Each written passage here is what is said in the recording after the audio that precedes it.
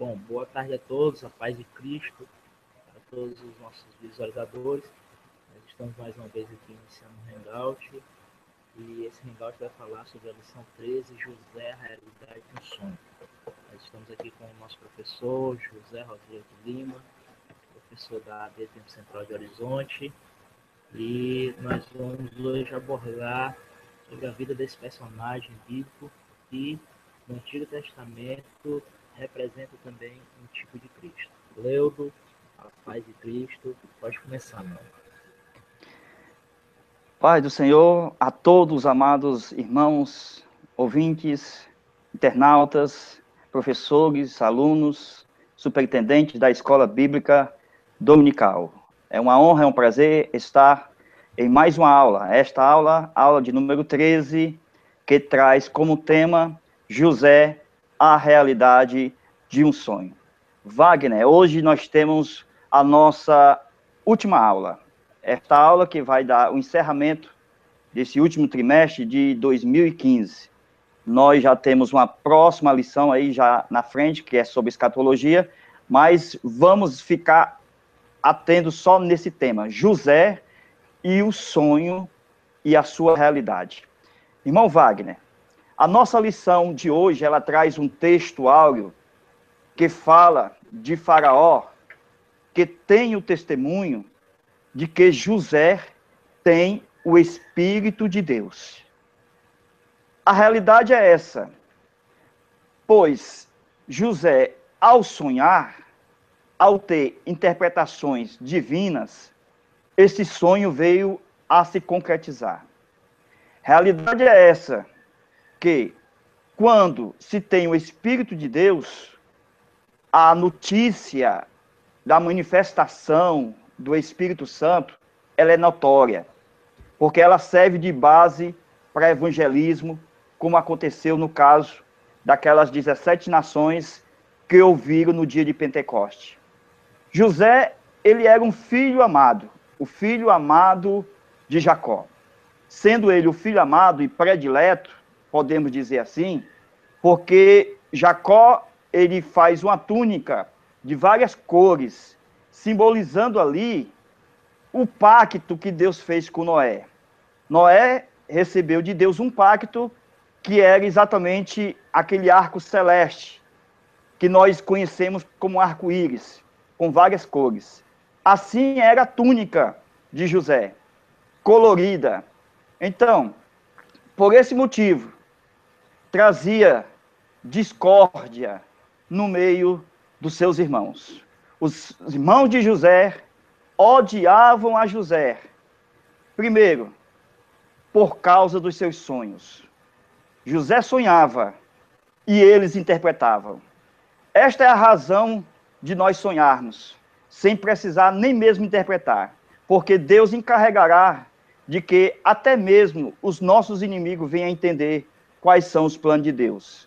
E o segundo motivo que os irmãos tiveram ódio de José era pelas palavras de José. Primeiro, pelo sonho. Segundo, pelas palavras de José. E terceiro, porque o pai o amava. O amava e era o filho amado. Então, as razões são tríplices. E nós vemos que José tinha um propósito na profecia de Deus, porque aqueles sonhos eram uma verdadeira profecia. Aqueles sonhos iam dar exatamente contribuição para o nascimento de uma nação hebreia que veio com Abraão. Então nós vemos que esse cumprimento ele foi se dando cabalmente, porque Deus ele prometeu suscitar de Abraão um filho e essa promessa se estendeu até Jacó. E de Jacó veio 12 filhos, inclusive José. E José tem esse sonho e o sonho termina lá em Faraó, viu, Wagner? Rosileu, eu gostaria de abordar aqui junto com você, junto com quem está nos assistindo, o seguinte. Algumas pessoas ao longo do tempo têm postado na internet pregações, em vídeos e até em em grandes congressos no Brasil e pelo mundo, e cantar também alguns louvores muito alusivos aos sonhos de José, tá? Então, eu gostaria de explicar algumas coisas. A primeira coisa é, José ele tem dois sonhos, na verdade. Ele tem um sonho que ele está colhendo trigo com seus irmãos e o feixe de trigo dos seus irmãos se curva perante o dele. Ali representa José como governador e eles indo e se prostrando diante deles, certo?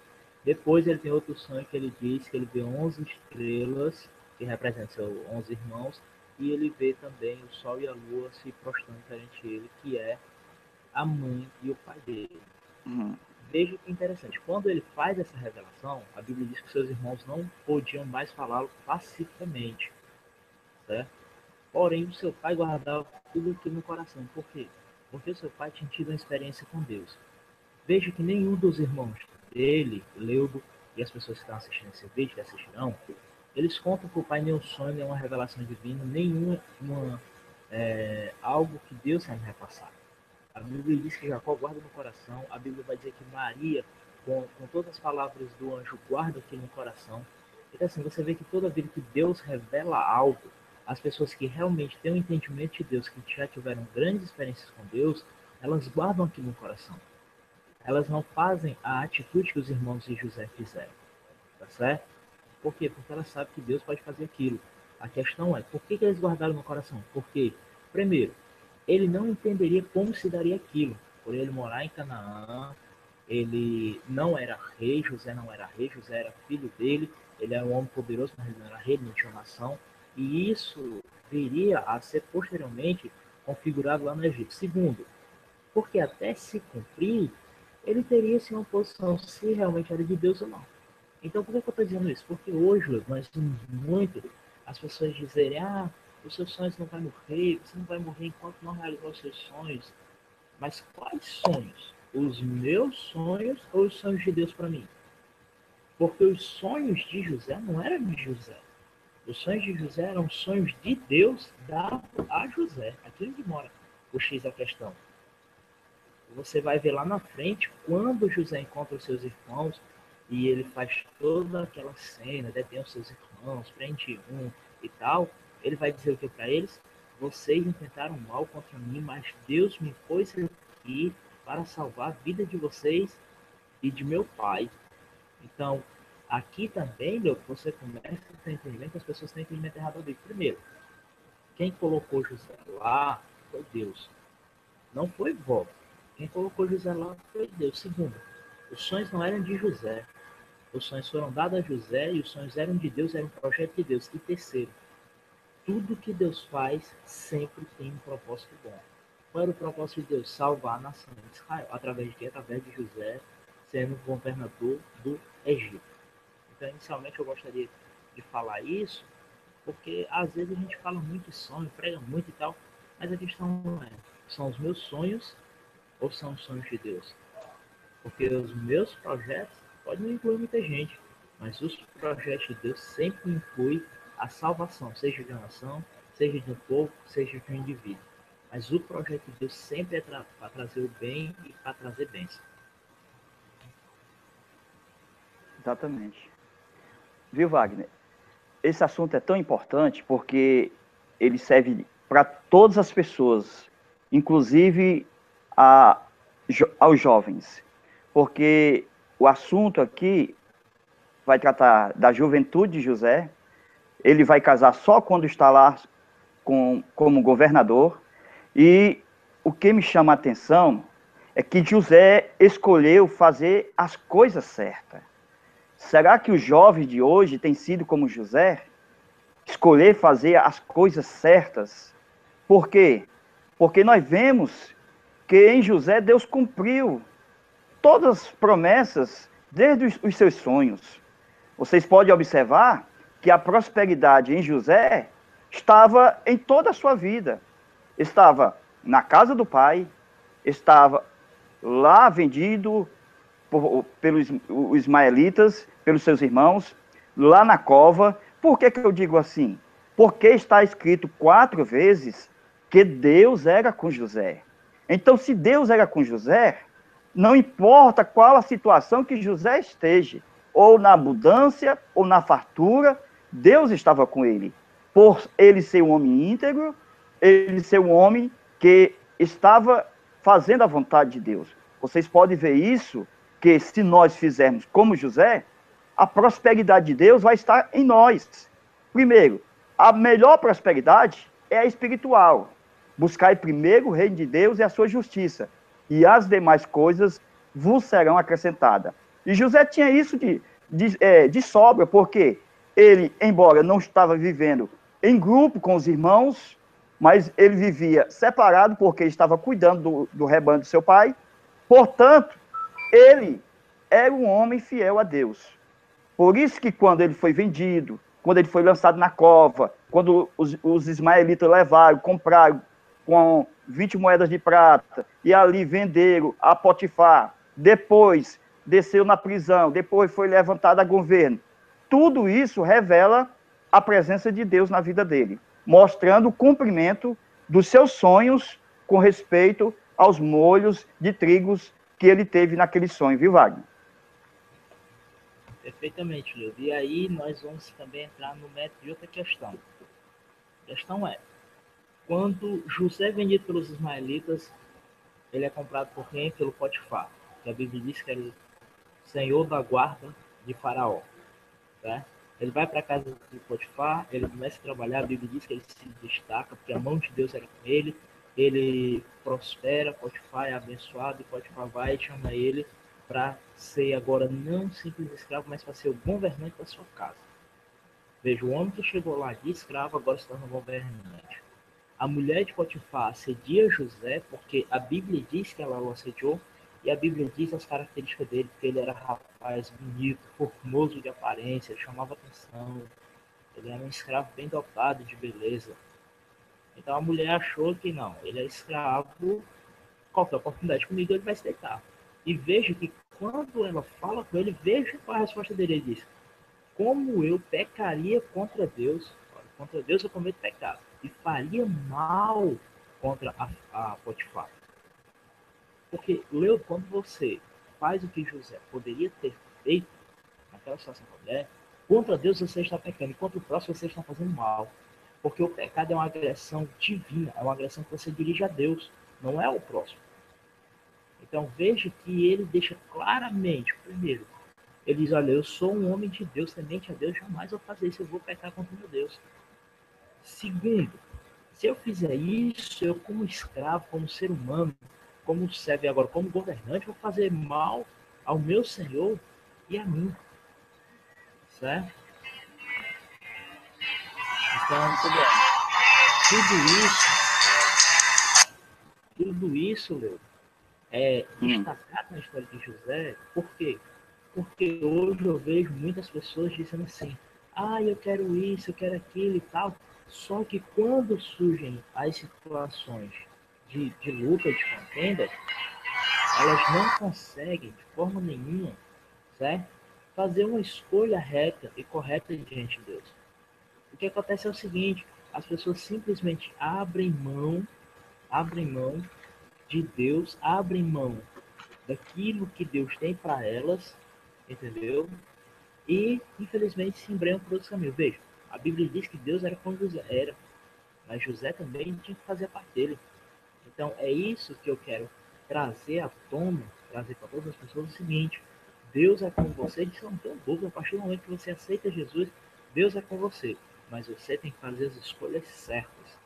Você está vivendo no mundo e não com o mundo. Como disse Jesus, Pai, eu não te peço para que tires do mundo. Não, eles têm que permanecer aqui, eles têm que pregar. Mas que livre-os do mundo, ou seja, livre do sistema, do governo, livre de tudo aquilo que pode trazer influência sobre eles e atrapalhar a sua vida espiritual. E isso não vale só para jovem, vale para jovem, vale para tudo. José era um homem que quando ele chegou no Egito, ele tinha 17 anos. Quando ele foi sair da face de Faraó, a Bíblia diz que ele tinha 30. Então ele passou lá o quê? Ele passou aí mais 13 anos entre prisão, entre casa de Potifar, entre casa, tudo isso para formatar essa personalidade de administrador. Porque como crente ele já tinha muito claro na vida dele o que ele era. Ele era um homem reto, íntegro e temente a Deus. Porque a pena capital para uma tentativa de estupro no Egito, naquela época, ele era a morte. Por que Potifar não mandou matar José? Porque Potifar sabia do caráter da mulher dele. Potifar sabia do caráter de José.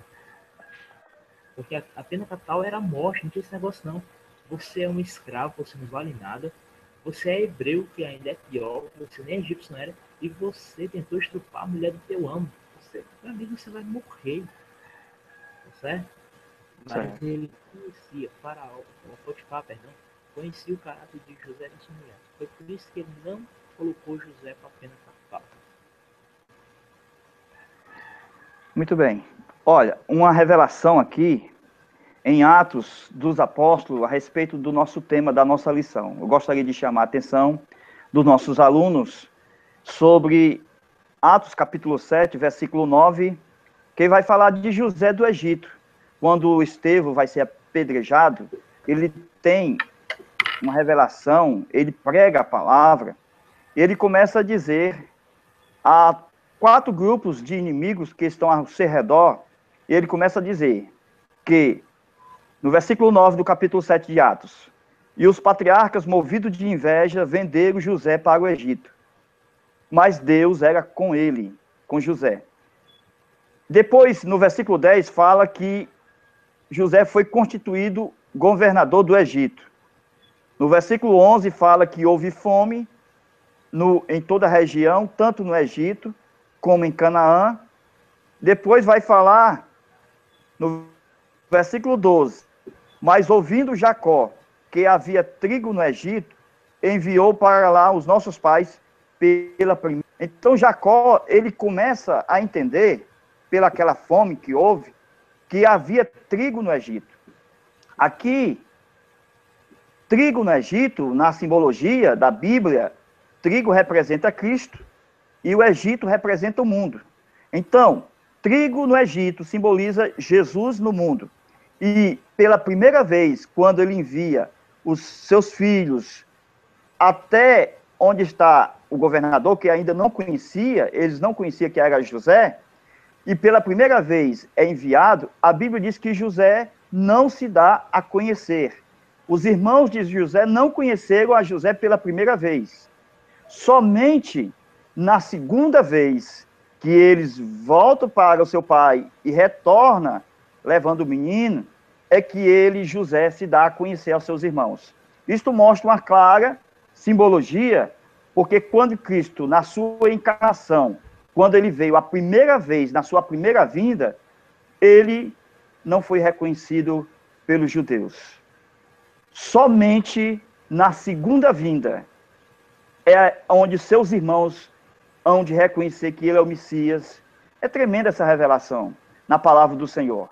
Então nós vemos isso, que versículo 13 de capítulo Atos diz assim: e na segunda vez José deu-se a conhecer a seus irmãos, provando que José estava colocando os irmãos em uma prova, cada um em uma prova, porque assim como os irmãos fizeram uma traição, porque venderam o seu irmão, então José queria saber da boca deles se eles realmente tinham mudado, se eles realmente estavam arrependidos.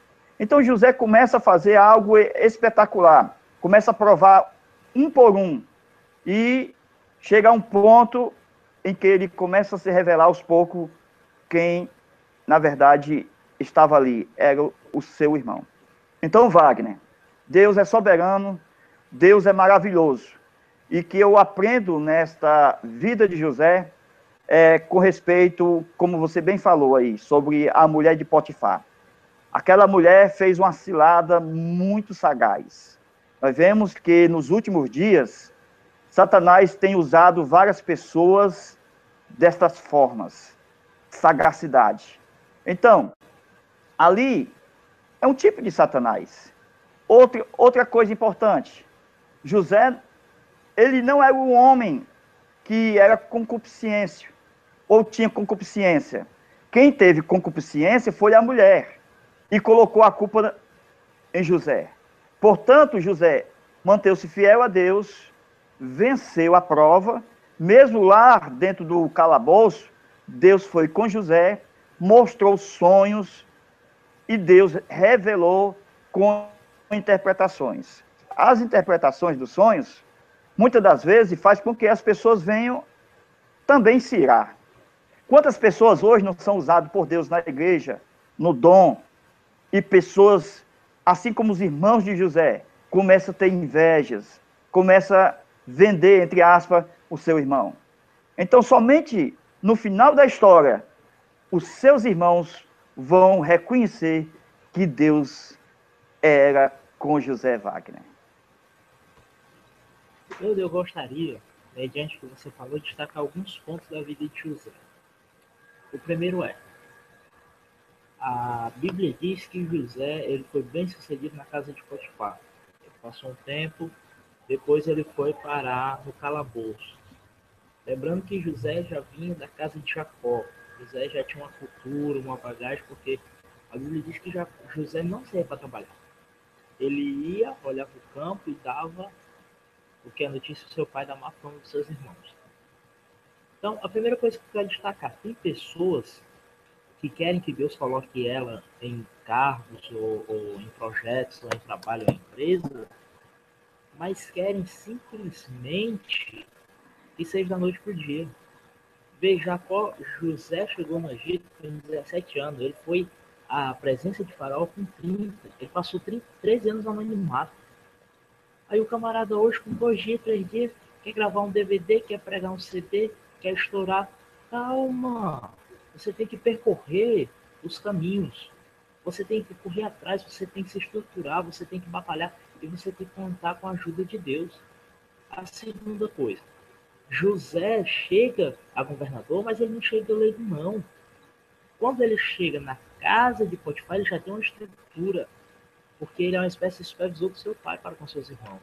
Na casa de Potifar, ele trabalha como escravo, então ele aprende o que é escravidão. Depois ele trabalha como governante, ele aprende o que é governar escravo. Quando ele chega para o carcereiro, ele aprende mais 2 lições importantes. A primeira é, ele chega no fundo do poço, ele chega aonde ninguém imaginaria que poderia sair de lá. E a segunda coisa é, até ali ele percebe que a mão de Deus sendo sobre ele tem sucesso. Porque a Bíblia diz que o carcereiro colocou tudo em suas mãos e ele não sabia de nada. José que tomava conta de tudo. O terceiro ponto que eu destaco da vida de José é a seguinte. Quando você escuta uma revelação divina, você repassa para as pessoas. E outra, a Bíblia diz que ele profetizou bênção só para o copeiro, para o padeiro não. O padeiro ele profetizou maldição, ele profetizou a morte do padeiro. Em nenhum momento a Bíblia diz que o padeiro se revoltou contra ele ou tentou agredir de forma nenhuma. Aí o que eu vejo hoje? Os cristãos, quando recebem uma palavra boa, uma palavra rema ou uma palavra de vitória, todo mundo aleluia, glória a Deus. Mas quando recebe uma palavra contrária, todo mundo acha ruim, todo mundo diz que não é de Deus certo. Aí eu lhe pergunto uma coisa. Quem foi que falou com Ezequiel e disse que ia matar a mulher dele, ia tirar o prazer dos olhos dele? Foi Deus. Quem foi que disse que Jeremias ia sofrer? Foi Deus. Quem foi que disse, certo, que outros profetas iam sofrer? Foi Deus. Quem foi que mandou o profeta Osés casar com a prostituta? Foi Deus. Quem foi que falou para Isaías que ia matar Ezequias? Foi Deus. Então nem sempre Deus nos fala as coisas boas. Porém, tem um detalhe, não é só porque ele esteja falando algo que não é bom, que ele não vai terminar com algo bom nas nossas vidas. Quando José chega no Egito, José não é nada, José está preso, ele está escravizado. Sim, Deus disse que ia realizar o sonho dele, mas Deus não disse como. É isso que as pessoas têm que entender. As pessoas já acham que Deus fala assim, você vai ser um grande pastor, certo? Então pronto, vai ser tudo beleza, vai ser tudo bom. Não, meu amigo, Deus vai te levar por caminhos que muitas das vezes você não vai entender, vai sofrer a beça. A questão é, tudo Deus está trazendo uma lição e um aprendizado para você. Vejamos Moisés. Olha a vida de Moisés. Moisés nasce escravo, mas cresce como um príncipe. Porque a Bíblia diz que ele foi criado pela filha de Faraó, uma princesa, e ele era príncipe. Então ele aprende todas as ciências do Egito. Quais ciências? A astronomia, ele aprende a agricultura, ele aprende a matemática, ele aprende o cultivo, ele aprende a navegação, ele aprende a questão militar, ele aprende retórica, ele aprende oratória, ele aprende a escrita, ele aprende a leitura, ele aprende tudo do Egito. E Deus está preparando Moisés para ser um grande libertador, um grande estadista. Porém, Deus sabe o que? Moisés intelectualmente está pronto, mas Moisés pastor não está pronto. Moisés legislador está pronto, eu já o capacitei. Mas agora Moisés pastor não está pronto. Então, Deus, para pegar Moisés e transformar no pastor, Deus leva ele para o deserto. Porque o pastor, ele tem que ser treinado no deserto, com as ovelhas, atrás de água, atrás de comida, livrando os lobos, livrando das víboras, passando o óleo na sua cabeça, como diz o Salmo 123, unge a minha cabeça com óleo no meu cálice transborda. Por que ele fala isso? Porque tinha víboras que saíam de fendas, em rochas, buracos na areia, e picavam mesmo na cabeça da ovelha. Então, quando tinha óleo, ela não conseguia porque escorregava. O pastor deveria fazer essa função. Era o pastor que pegava a ferida e levava, era o pastor que cuidava das suas ataduras. Então ele passa 40 anos no Egito, Deus treinando, Deus capacitando, Deus transformando em um estadista. Mais 40 anos no deserto de Midian, Deus treinando, capacitando para ser pastor. E os últimos 40 anos da sua vida ele passa como estadista e como pastor das ovelhas de Israel, de um rebanho que saiu do Egito com quase 2.700.000 pessoas. Ou seja, leu tudo que Deus vai fazer no nosso ministério, como fez na vida de José, vai ter um tempo, vai ter um preço. E nem sempre quer dizer que você vai beber coisas boas ou vai colher coisas boas naquele momento, não. Muitas das vezes você vai chorar, você vai passar por coisas amargas. O importante é o final. Existe um versículo lá no livro de Jó que eu gosto muito dele, que diz: verdadeiramente o teu início poderá ter sido pequeno, mas o teu fim realmente será glorioso. O início da carreira, o início da sua fé, ele pode até ser humilde, ele pode até ser inexpressivo, mas o importante é o final. O importante não é como você começa. Ali você está dando o primeiro passo. O importante é como você termina a carreira. Tem que terminar como o apóstolo Paulo. Combati o bom combate, acabei a carreira e guardei a fé. E agora recebo, ou receberei de Cristo, a coroa de glória que está preparada para todos aqueles que perseveram. Veja o que Jesus falou: aquele que perseverar até a morte, este será salvo. Aquele que perseverar até o fim, este será salvo. Aquele que perseverar e me buscar até o fim, então eu vou glorificar. Então, veja, nada está nem no início nem no meio, está sempre no fim. Por quê? Porque o fim de tudo é Cristo. É por isso que o fim é o mais glorioso, mais esplendoroso, é Cristo. E é isso que nós temos que ensinar. Você deve sim ter a promessa de Deus, buscá-la, mas deve se preparar, deve trabalhar e esperar no tempo de Deus, que no tempo certo ele te coloca lá. José não ficou barganhando nada com ninguém. No tempo certo, Deus colocou ele perante Faraó e Deus exaltou José perante Faraó e perante o mundo inteiro. Muito bem. Muito bem. Olha, Deus, ele fez a promessa a Abraão. E Deus deu um tempo. Então, as promessas têm um tempo. Porém, Deus revela a Abraão que o povo da sua descendência seria afligido 400 anos. Então, essa aflição, ela dá-se exatamente lá no Egito. Exatamente aqueles 430 anos que o povo fica cativo lá no tempo onde Deus levanta Moisés. E a própria revelação da Bíblia também fala que quando se aproxima o tempo da promessa que Deus havia jurado a Abraão, o povo crescia no Egito. Porém, levantou-se sobre o Egito um outro rei que não conhecia José. Ora, se passaram 400 anos, claro que com a morte dos reis iam se sucedendo. Porém, entrou um rei para governar que não conhecia José. Mas como não conhecia José? O povo de Deus não estava lá? Jacó, a descendência dos seus filhos, estava todo lá. Então, por que ele não conheceu José? A verdade é esta. Se nós pararmos de falar do nosso José, Wagner, hoje a evangelização só tem sentido se nós falarmos de Jesus. A nossa família só é salva se nós falarmos de Jesus.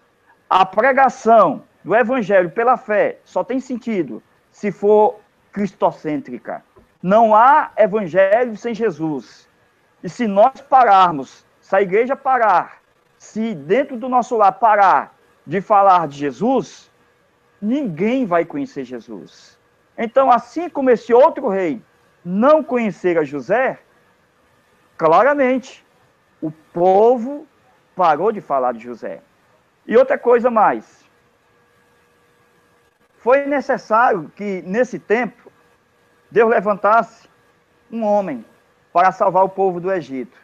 Aqui é uma outra história. Mas, em José, Deus cumpre a promessa feita a Abraão, sair do Egito. Por quê? Porque José, ele era convicto da promessa de Abraão. Era convicto de que Deus tinha preparado uma terra que mana leite e mel. Por quê? Porque quando o povo vai sair do Egito, José faz um pedido, mesmo nos seus dias, Wagner, que quando o povo saísse do Egito, não esquecesse de levar os seus ossos. Então, a maior prova de que hoje, no tempo da graça, aonde a igreja está, não literalmente, mas está no mundo, mas não é do mundo. Mas nós temos a certeza de, assim como os ossos do José saiu do Egito, nós vamos sair deste mundo. Então, o Espírito Santo vai conduzir a igreja até as mansões celestiais, tirando o povo do Egito, porque não pertence a este mundo. Viu, Wagner? Perfeitamente, Leo. Agora eu queria também abordar o seguinte. Quando a Bíblia diz que se levantou-se um novo rei que não conhecia José, era o seguinte. Quando José está no Egito, o Egito ele se unificou, porque existia o Alto Egito e o Baixo Egito. O Alto Egito era terras não muito produtivas e o Baixo Egito eram terras mais produtivas, melhores, porque era no chamado Delta do Nilo, ou seja, era próximo do Nilo. E ali ficava também perto do palácio, tudo, naquela região de Mênfis, Tebas, aquelas cidades egípcias. A questão é, quando José chega no Egito, o Egito está sendo governado pelos reis pastores, ou seja, os faraós iscos. Com a guerra que houve no Egito, o Egito foi vencido e foi subjugado, o que também era uma permissão de Deus pelo seguinte, quem estava governando o Egito na época de José não eram egípcios, eram os reis pastores, ou os iscos. Eles tinham vencido e tinham unificado o Egito, o Alto Egito e o Baixo Egito. Quando José morre, existe uma nova guerra, e essa guerra traz de volta reis egípcios. Não traz mais os reis pastores. Os iscos são vencidos e são expulsos da terra do Egito. É por isso que ela vai dizer que se levantou-se um novo rei que não conhecia José. Ora, por que eles não conheciam? Porque eles estavam à margem do governo. Os egípcios, na época dos iscos, eles viviam como súditos. Eles não tinham direito a corte, eles não tinham direito a nada. Mas, com a derrota dos iscos, com a morte de José, eles voltam de novo ao Egito. O Egito mantém-se unificado, porém, é também uma permissão de Deus para que haja a opressão do povo de Israel, que tem que se cumprir os 430 anos, que é o que a Bíblia diz, a medida dos amorreus. A Bíblia diz que quando Israel sai do Egito é porque a medida dos amorreus já se esgotou perante Deus, a medida dos seus pecados, e Deus agora traz Israel como um martelo de Deus para aquelas nações. E quando você fala que, assim como os ossos de José foram transportados para Israel, para Nova Canaã, assim também será a igreja do mundo, isso é verdade. E outra, tem um detalhe, assim como José teve convicção da promessa e deixou isso bem claro no seu prenúncio de morte, assim também os cristãos devem ter essa convicção. Eles devem ter a convicção que ainda que morram, a promessa vai se cumprir, porque quem prometeu é fiel. Quem prometeu a promessa do arrebatamento é o mesmo Deus que prometeu a Abraão, Isaac e Jacó uma terra, e que hoje eles têm por possessão eterna. Todo dia eu vejo na TV gente querendo tirar Israel de lá, mas mentira, porque Deus colocou lá. A Bíblia diz que Deus disse de Israel, eu os plantá-lo-eis e ninguém os arrancará. Não tem como você arrancar Israel de lá. Foi Deus que plantou. Quem é que arranca uma árvore plantada por Deus? Então, existe essa guerra, existe a unificação, existe o governo desse rei e existe, após a derrota dos reis Isco ou dos reis pastores, existe o levantar de um novo rei, que segundo muitos historiadores acreditam é o Ramsés II. Inclusive, os hebreus, eles edificam as cidades de Pitom, a cidade de Ramsés, eles edificam cidades, eles acreditam as pirâmides de Gizé, eles edificam as esfinges, tudo isso do governo desse rei opressor que é o Ramsés II.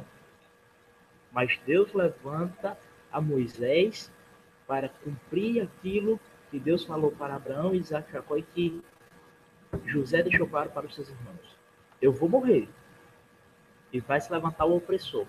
Mas quando vocês saírem do Egito, ou seja, quando Deus cumprir na vida de vocês a promessa que ele prometeu para Abraão, levem os meus ossos. Por que, Leo? Porque a Bíblia diz de Cristo e José é um tipo de Cristo. Ele foi enterrado, mas a cova não era dele. A cova não foi feita para Cristo, a cova foi emprestada. José estava no Egito só emprestado. José estava lá só para cumprir o plano de Deus. Mas José não pertencia ao Egito. É tanto que eu sempre digo, não é José do Egito, é José no Egito. Porque José é de Israel. José é um tipo de Cristo. Assim como Cristo foi odiado pelos seus irmãos e eles tiveram inveja e foi vendido, assim também José foi vendido.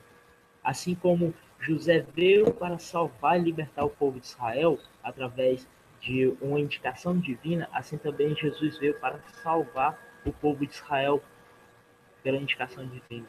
Assim como José profetiza a libertação de Israel e profetiza que eles vão a uma nova terra, assim também Jesus, ele vence a morte e profetiza que vai restaurar Israel e libertá-lo dos seus inimigos. E inimigos aqui não é inimigos de carne, mas sim o poder do pecado que liberta o homem. Veja como se encaixam os personagens de José na vida de Cristo.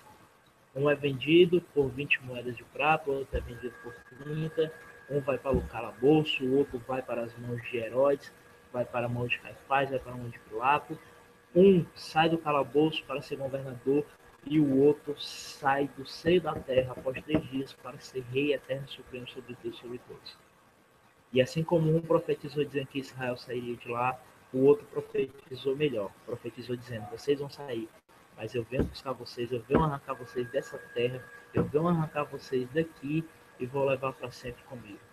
Se você analisar a vida de Cristo e a vida de José, tem muita semelhança, tem muita coisa parecida entre os dois. E até a radicalidade das palavras são iguais. José, Jesus, Josué, o significado hebraico dos três quer dizer Salvador. Ou seja, até no nome eles são parecidos. Exatamente. Até o próprio faraó, ele dá um nome a José de Salvador do mundo. Porque vocês vê ali, por causa, realmente trouxe uma salvação para aquele mundo de então, por causa da fome, Zafanat Paneia. Esse é o termo usado por faraó, que o significado é Salvador do mundo, que na tipologia dá certo com Cristo, porque Cristo é o Salvador do mundo. Então, outra coisa, Cristo, ele é o pão que desceu do céu, né? Assim como o trigo representa o pão para aqueles povos famintos, Cristo também representa o pão. E ele é o Salvador do mundo porque o Egito era potência mundial. E Cristo vem agora não para a potência mundial que Israel não era, mas com a ascensão da potência mundial que é os romanos. E aí os romanos também contribuem para Cristo ser famoso. Exatamente. E José passou por um período de rejeição que todos os que são fiéis a Deus, eles passam. O período de rejeição de José, vocês podem ver isso dentro do lar de José. Quando ali ele começa a sonhar, quando o pai começa a o amar, e quando ele começa a ser interpretado pelos seus próprios irmãos daquela realidade. Então, aquela rejeição, conforme se nós trazemos para os dias de hoje, nós somos rejeitados também perante este mundo. Quem não conhece a Deus, não conhece nós, porque nós somos embaixadores do reino de Deus aqui na terra. E se nós, por essa rejeição, se nós não permanecermos firmes como José, Deus não cumprirá a sua promessa para comigo, nem para com você, nem para com ninguém. Então, o segredo na rejeição é permanecer firme, fiéis a Deus. Há uma coisa importante que acontece na vida de José, quando ele é agarrado pelaquela mulher. Aquela mulher, quando o agarra, a Bíblia diz que ele fugiu. Ali foi uma fuga que representa para cada cristão o que está escrito nas epístolas paulinas. Fugir da prostituição, fugir do amor ao dinheiro. A Bíblia fala que só há um caminho em certa determinada circunstância, é fugir. Assim como Moisés também fugiu. Ele fugiu do faraó para não ser morto. E ele foi parar lá nas terras de Midian. Então, quando nós fugimos para não pecarmos, nós somos amparados por Deus. Assim como José foi amparado. E aquela túnica de José não importava. A primeira túnica não importava, nem a segunda túnica. A primeira túnica, ela ficou ensanguentada, ficou lá com seus pais, com seus irmãos. A segunda túnica, ela representa acusações, mentiras, ficou lá na mão da mulher. Então não importa a túnica, porque para receber a bênção, é melhor fazer que nem Zaqueu, deixar a túnica e enxergar. Louvado seja Deus. Viu, Wagner? Exatamente, Leo. E outra, a gente vai entender o seguinte, o personagem de José, as pessoas tinham uma ganância muito grande pela túnica dele. Você vê que a Bíblia diz que os seus irmãos tiveram inveja porque ele ganhou a túnica. Então eles foram lá e arrancaram a túnica e disseram o seguinte, ó, vai partir. Aí um disse, não, vamos matar um cabrito, vamos jogar sangue e dizer que a besta fera comeram. Então muitas das vezes as pessoas pegam, e túnica aqui também eu vejo, Leo, como a questão do caráter. Não, vamos acabar com o caráter dele. De que forma? Vamos criar um meio aqui de manchar o caráter dele. Porque o sangue manchou. Vamos manchar o caráter dele. E na segunda túnica de José para com a mulher, a mesma coisa. Porque se eu levanto a calúnia, se eu levanto a difamação, eu acabo com o caráter daquela pessoa. Por quê? Porque para mim acabar com o caráter de alguém, ela tem que ter caráter. Eu não vou acabar o caráter de mau caráter que ele não tem. Então eu vou ter que levantar calúnia e difamação de pessoas que prestam, que era o caso de José.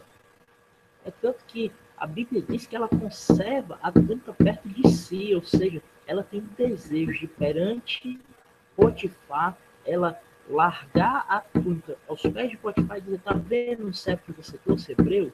Ele quis me estupar, ele quis me violentar. Ou seja, o que é que ela está dizendo para ele? Ela está dizendo, viu? Você contratou um homem sem caráter, você contratou um homem mau, um homem devasso, um homem sem nenhum pingo de temor a Deus. E pelo contrário, José tinha tudo ao contrário do que ela disse. José era um homem de bom caráter, José tinha o temor de Deus, José não quis pecar contra Deus, não quis pecar contra o seu Senhor, ele não fez nada que desabonasse o seu caráter. E é tanto que uma das coisas que Cristo promete para nós, quando chegarmos no céu, é receber novas vestes. Sabe por quê, Leo? Porque nas vestes que nós estamos usando hoje, nós estamos, muitas das vezes, propensos a receber algumas coisas que possam manchá-las. Mas isso não vai desabonar a nossa conduta ou a nossa vida perante Cristo. Se você pegar a história de Zacarias, a Bíblia diz que o diabo se opôs a um sacerdote porque ele estava com as vestes sujas e Deus, no mesmo momento, lhe dá uma veste limpa e o diabo para de o acusar. O pecado ele pode manchar as vestes de muitas pessoas, ele pode manchar nossas vestes, mas Deus ainda tem vestes novas para os cristãos. Deus ainda tem vestes santas, assim como a veste do filho dele, assim como a veste daqueles que ele diz, eis que ainda tem em Sardes aqueles que se vestiram de branco e não se contaminaram em Sardes. Que nós possamos estar com esse grupo de Sardes, que estavam vestido branco perante o Cordeiro, e o Cordeiro os achou dignos de estar com ele. É tanto que o Cordeiro, uma das coisas que o Cordeiro dará à sua igreja é uma nova vestimenta. Ele vai dar nova roupa. Porque diz lá a parábola do casamento lá, das bodas, que para entrar na ceia você tem que ter vestes nupciais. E que vestes são essas? São as vestes que o Cordeiro vai dar. Quando nós chegarmos no céu, Jesus vai nos vestir. João, quando tem a visão dele, disse que eu vi ele.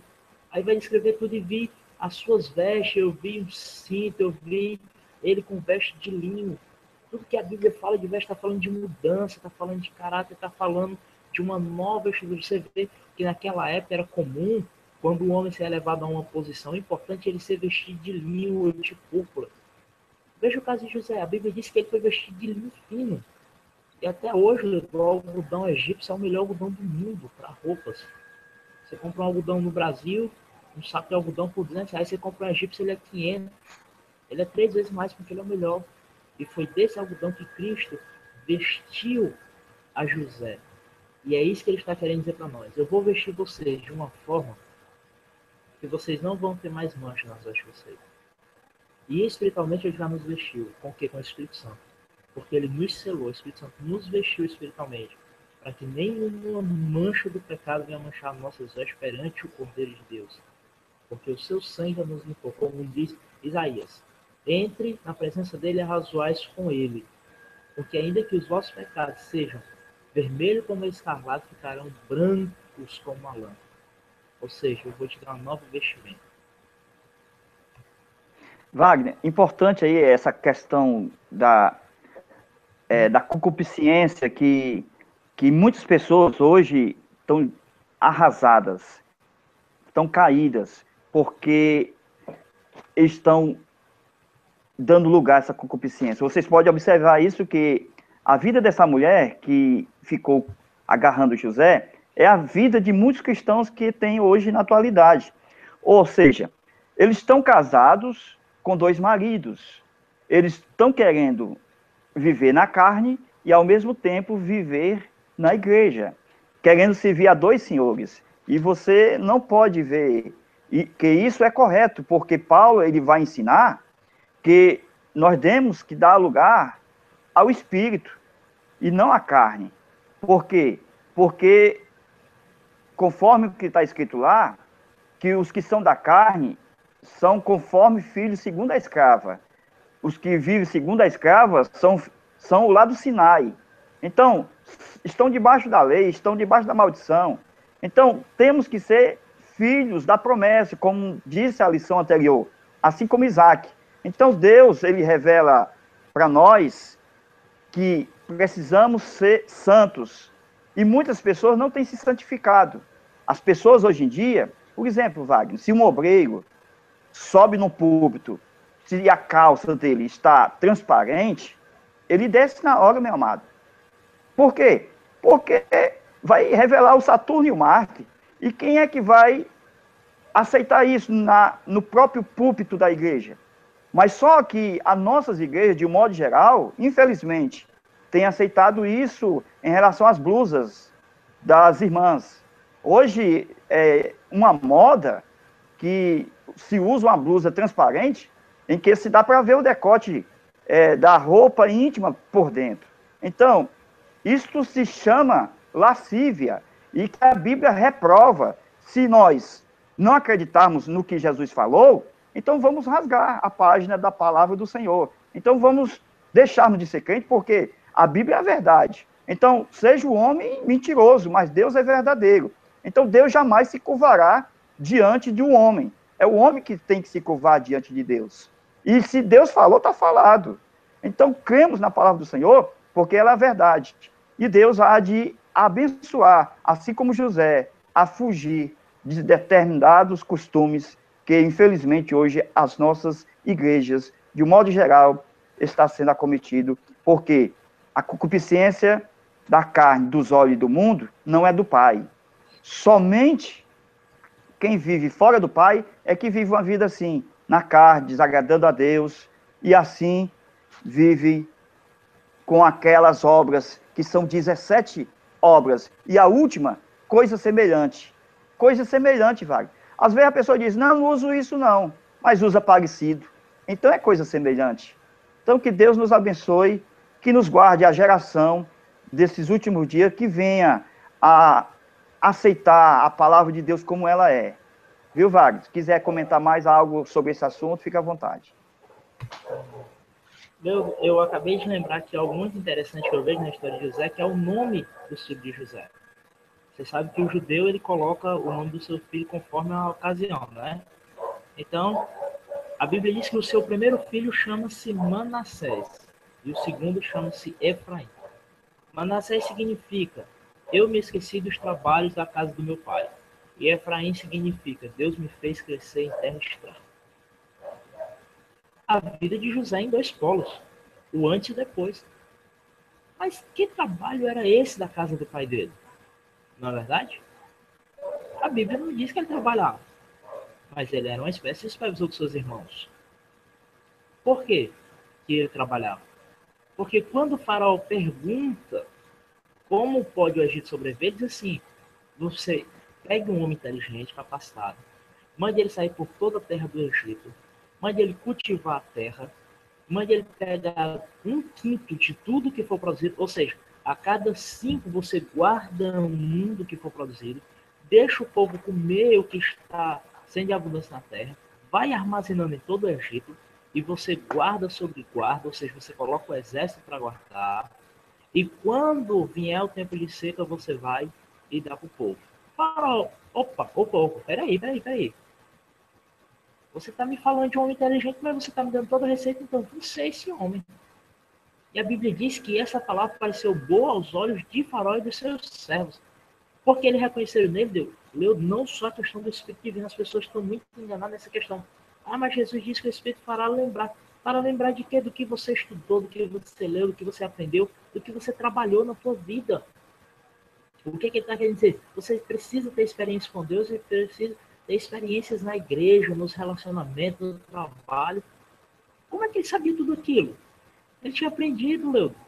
Ele tinha aprendido na casa do pai dele. O pai dele tinha rebanhos de cabras, de ovelhas, de gado. O pai dele fazia leite, fazia coalhada. Então ele sabia de tudo. Ele aprendeu na casa de Potifar. Ele administrava a casa de Potifar.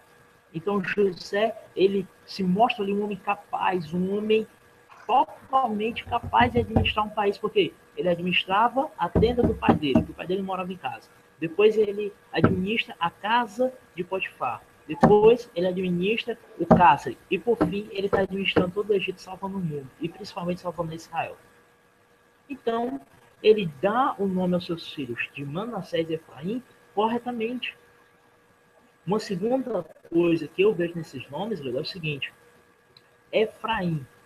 Deus me fez crescer em terra estranha. Ele não era do Egito. Mas ele quer dizer o quê? Que mesmo numa terra estranha, se Deus for com você, você cresce e prospera. Mas se Deus não for, você não cresce. Numa terra estranha de idioma, numa terra estranha de pessoas, numa terra estranha de religião, numa terra estranha de governantes, numa terra estranha de leis e de princípios morais e cristãos. Tudo isso se tornava estranho para José. Mas Deus fez ele prosperar. E a segunda coisa é Manassés. Ele diz, Deus me fez esquecer dos trabalhos do meu pai. Quando ele diz isso, ele também está dizendo o seguinte, Deus me fez esquecer o passado.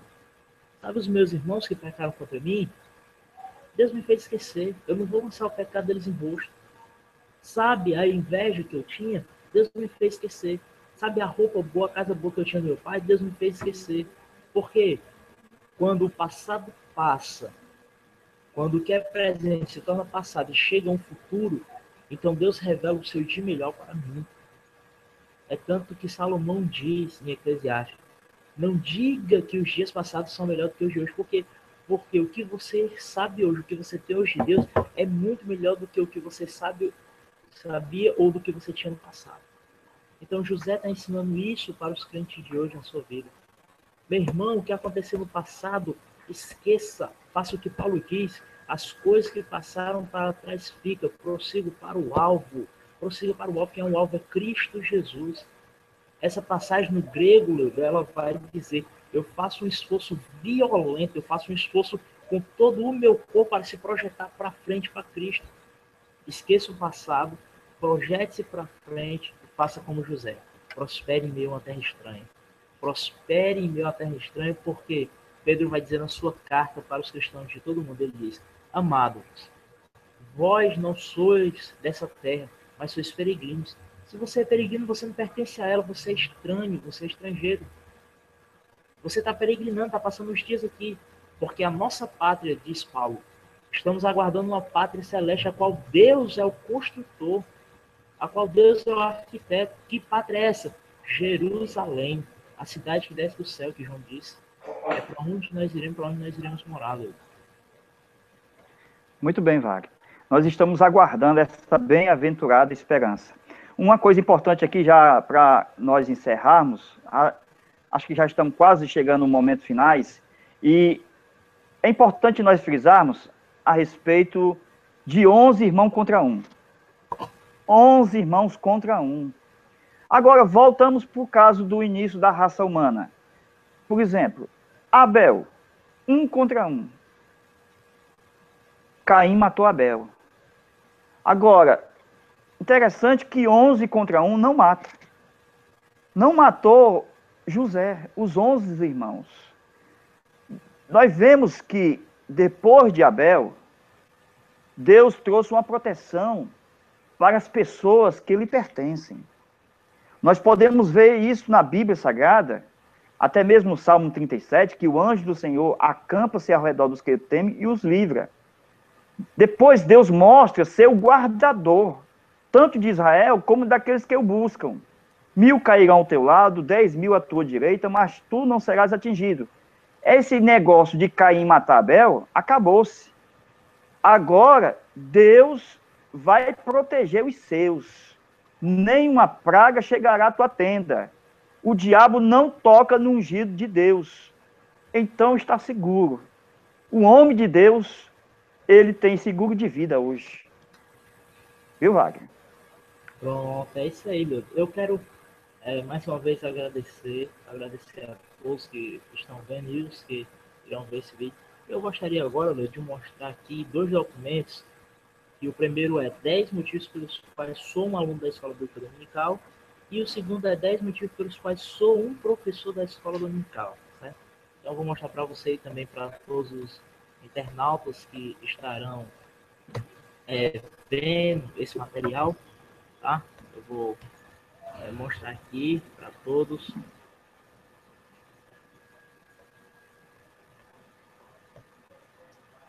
Porque eu creio que isso é muito importante, nós sabermos por que a gente deve ser aluno dessa escola tão maravilhosa, que é a Escola Bíblica Dominical. Então, nós vamos ver. E eu tenho as razões pelas quais eu sou um aluno da Escola Bíblica Dominical.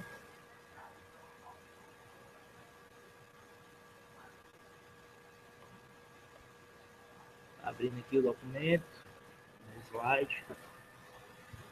Pronto, vamos lá.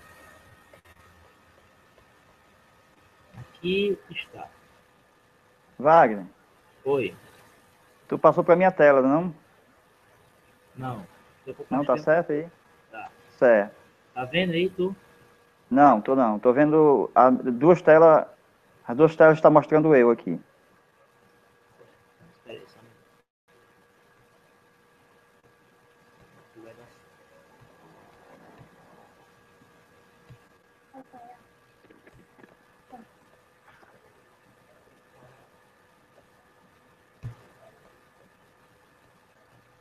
Tá vendo agora? Espera ainda. Documento? Tô. Pronto. Agora tá ok, viu? Tá aí para todos. Pronto, Razões agora pelas pode. quais sou um aluno da Escola Bíblica Dominical. Primeiro, nos faz crescer espiritualmente. Segundo, fortalece o nível espiritual da igreja. Terceiro, desenvolve o caráter cristão. Quarto, aprendemos sobre o que Deus requer de nós. Quinto, a escola bíblica descobre e treina homens e mulheres. Sexto, para não sermos confundidos por erros doutrinários. 7. Capacita novos ministérios. 8. Proporciona avivamento. 9. Aumenta o nosso conhecimento sobre Deus. E 10. Inspira a igreja a viver em santidade. Aqui, Leudo, está as 10 razões pelas quais devemos ser um aluno da escola. Agora eu vou mostrar as 10 razões pelas quais eu, você e todos os professores do Brasil devem ser professores da Escola Bíblica Dominical. Então, vou abrir aqui o documento que a gente possa estar mostrando. Então, aqui para todos, tá? Aqui tem professora, mas também serve para professor. Primeiro, por reconhecer que Deus me vocacionou para esse ministério. Segundo, porque sei que através desse ministério a igreja é edificada. Terceiro, por reconhecer que existem vários ministérios na igreja. Quarto, aprendo que a palavra nos instrui e corrige. Quinto, a escola bíblica tem para mim um significado especial. Sexto, para auxiliar o ministério na aplicação da doutrina na igreja. Sétimo, visando a disseminação do conhecimento de Deus. Oitavo, proporcionar aos alunos um momento de sanar suas dúvidas. Nono, aumentar a minha comunhão com todos os irmãos. E 10º, realizar uma obra que Deus me confiou. Então aqui estão os 10 motivos pelos quais você deve ser um aluno da escola bíblica. Eu vou colocar mais um item aqui que é esse. Escola Bíblica Dominical, porque quem aprende, cresce. Se você aprende, você busca, se você corre atrás do conhecimento, você cresce. Você cresce porque Deus é bom. Deus, ele vem nos ajudar, ele vem sempre nos socorrer. Então, fica aqui mais uma vez o meu agradecimento a todos, certo? Que já viram que vão ver esse material. Leo, fique à vontade para agradecer, tá? Tá. Eu gostaria de agradecer, neste momento, aos nossos alunos, professores da Escola Bíblica Dominical. Estamos encerrando mais um trimestre e eu gostaria de trazer uma última palavra. Essa palavra se encontra lá em Gênesis 37, verso 35. Porque quando Jacó, ele soube que seu filho José tinha morrido, entre aspas, porque houve uma conspiração, uma mentira dos seus irmãos contra o seu irmão José, o seu pai começou a chorar em prantos e disse no coração: eu descerei ao mais profundo do Seol e encontrarei meu filho. Ali o Seol é uma doutrina que nós temos na Bíblia. O Seol é o mesmo Hades que está lá em Lucas 16, quando Jesus registra não é uma parábola, aquela mensagem do rico e do Lázaro, porque lá havia um homem, assim como tem lá em Jó, havia um homem. Então, mostrando que Jesus, ele sabia também do lugar aonde José estava, porque quando Jesus morre, desce aonde estava José, assim também Jesus fez quando saiu da sepultura, levou consigo cativo ao cativeiro.